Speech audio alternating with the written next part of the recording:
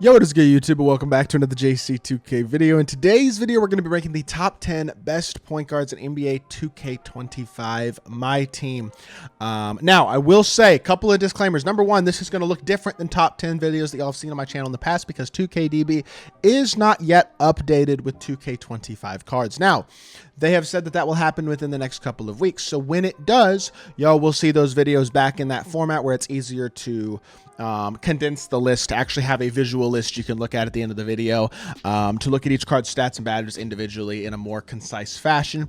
With that being said, though, we're working with what we have right now. I know y'all want some top 10, so we're going to start getting those out for y'all. Additionally, tier lists will not be happening until 2KDB is updated as well, because I rely on 2KDB for like the card arts for the tier lists in those videos and stuff like that, as well as for stats and badges and that type of stuff. So those are not coming yet either, but I am getting a top 10 point guard list out. One other thing to consider: there are a lot of these gems of the game cards, for example, and some of these cards are really good, including probably a couple of guys at the point guard position.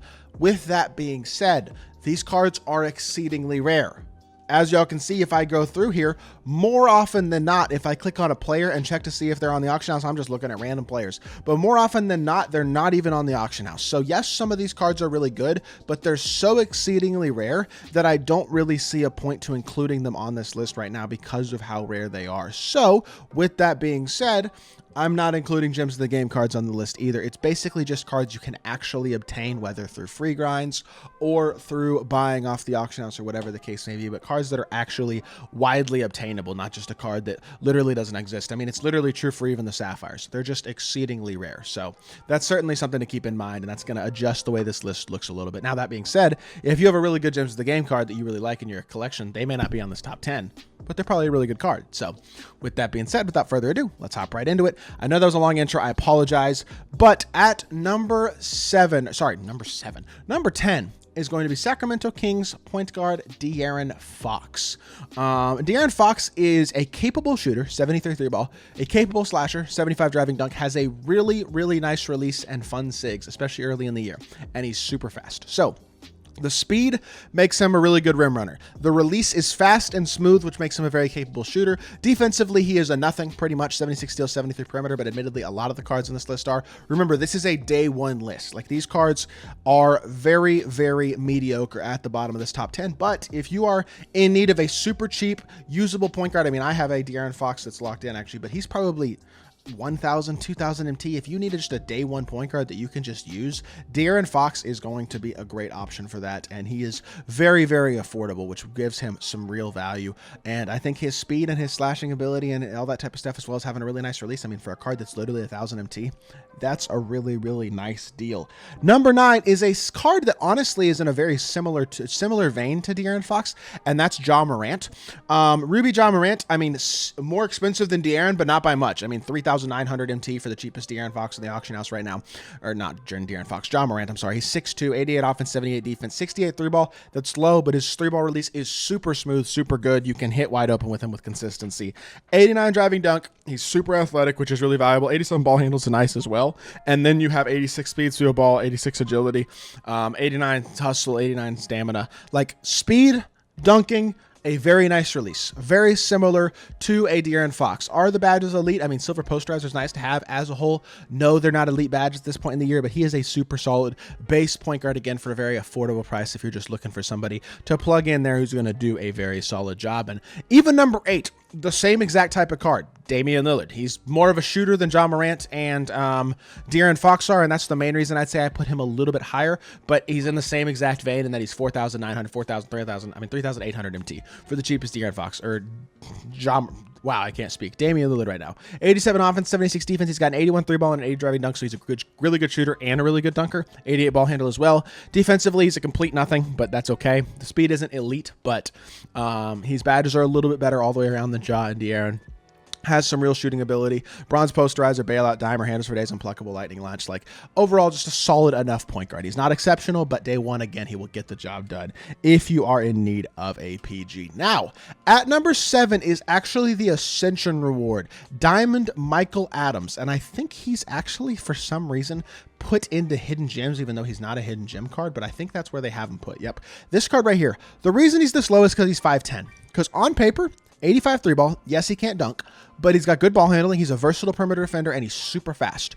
He's just tiny. Now, 4 Hoffs, Diamond Mini Marksman, Versatile Visionary, and Lightning Launch, as well as 12 gold badges include Deadeye, Limitless, Handles for Days, Pick Dodger. Like, this is a usable card. Stat and badge wise, he is awesome at this point in the year. He is tiny, and that kills him defensively in a lot of ways, and I think the list kind of takes a step up at this point anyway. So while I don't think he is a bad card at all, I think maybe I'm even putting him a spot too low, to be honest. Like putting him at number 6, or it feels a little bit wrong. Number 7, I should say. I think he probably realistically should maybe be number 6, but the lack of size is the thing that kills this card, because on paper, stat and badge wise, he is so much better than those rubies that we just looked at, and he's better than a couple other cards in this list too. I just think it's probably fair to put him there because of his lack of size. Now, I will say maybe I should move him up to 6, put Amethyst Steph at 7. I got an unsellable Amethyst Steph, and I do like the card, but with how limited shot creation is, yes, he's got an absolutely incredible release, and he's an elite level shooter, which provides a lot of value early in the game. Don't get it twisted. It's really, really nice. He can't dunk. He's still not defensively good, and his badges, while super solid as a shooter, are not on the same level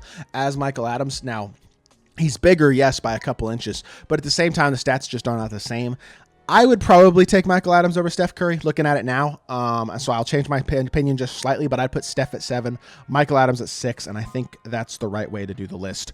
Number 5 would be Diamond Scott Skiles from the Full Throttle promo. This card is solid. I mean, he's expensive compared to the other guys in this list so far, 49,500 MT, but 6'1", 97 offense, 84 defense, can shoot the 3 at a high level, not a dunker at all, but he's a good ball handler, solid perimeter defender, even a 65 interior, 89 speed, through ball agility, super solid card. 9 Hoffs include Deadeye, Dimer, Handles for Days, Unpluckable, Mini Marksman, Such Specialist, Shifty Shooter, Versatile Visionary, and Lightning Launch, Gold Limitless, Pick Dodger, Glove as well. He is awesome badge-wise at this point in the year compared to pretty close to every point guard in the game, but again, I don't adore the release. He's not an unbelievably elite defender, doesn't have on-ball menace, and he can't dunk the ball either, which is something that I think is pretty important at this point in the year and more of a rim-running meta. So I think Scott Skiles is solid. I think putting him number 5 is totally fair. Wouldn't put him higher than that, though.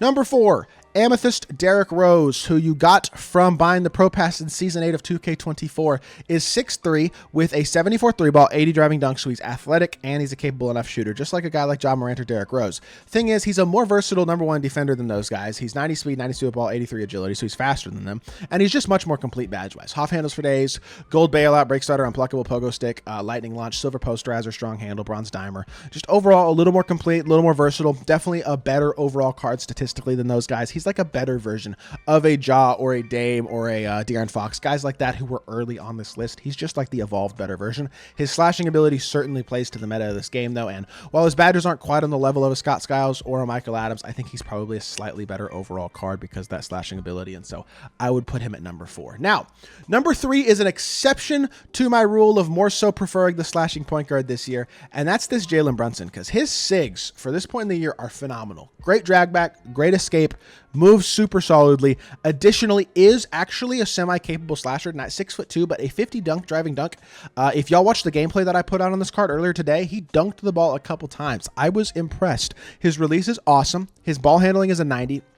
Defensively, he is not truly top tier, but 82 steals, 78 perimeter is better than we've seen on a lot of these cards. 88 speeds for the ball and agility, the ability to get any badge as well, so if you want to add some stuff to him, you can. Hoff Deadeye and Mini Marksman as well as Gold Limitless, Bailout, Dimer, Break Starter, Layup, Mixmaster, Shifty Shooter, Set Shooter, Versatile Visionary, Ankle Assassin, Silver Unpluckable, Strong Handle, Bronze Handles for Days, and Lightning Launch. Overall, awesome release, better SIGs than anybody else on this list, and I'm not kidding. I think that might actually be the case, or at least pretty much everybody on this list, and he can actually dunk the ball as well. That Hoff Mini Marksman is a really good badge, and I think he competes more defensively than most of these point guards do as well. Really, really like this Amethyst Jalen Brunson. I think top 3 point guard in the game is a totally fair spot to put him. Number 2 is going to be Full Throttle Chauncey Billups. This Chauncey Billups card, badge-wise, is just so complete. He's a good shooter, Deadeye, Limitless Range, Slippery Off-Ball, has playmaking badges like Bailout, Dimer, Handles for Days, and Unpluckable. Defense like Challenger, Off-Ball Pass, Pick Dodger, Glove, Interceptor, On-Ball Menace, has Ankle Assassin, Shifty Shooter, Layup Mixmaster as well. Just a versatile card who can guard on ball. He's the first card on this list we've seen with On-Ball Menace as well, which is a really, really good badge. It's the replacement for Clamps. 88 3-ball. He also cannot dunk, but what he doesn't give you in slashing, he makes up for in defense. And that's something that nobody else on this list of the point guard position truly does right now at the level that this Chauncey Billups does.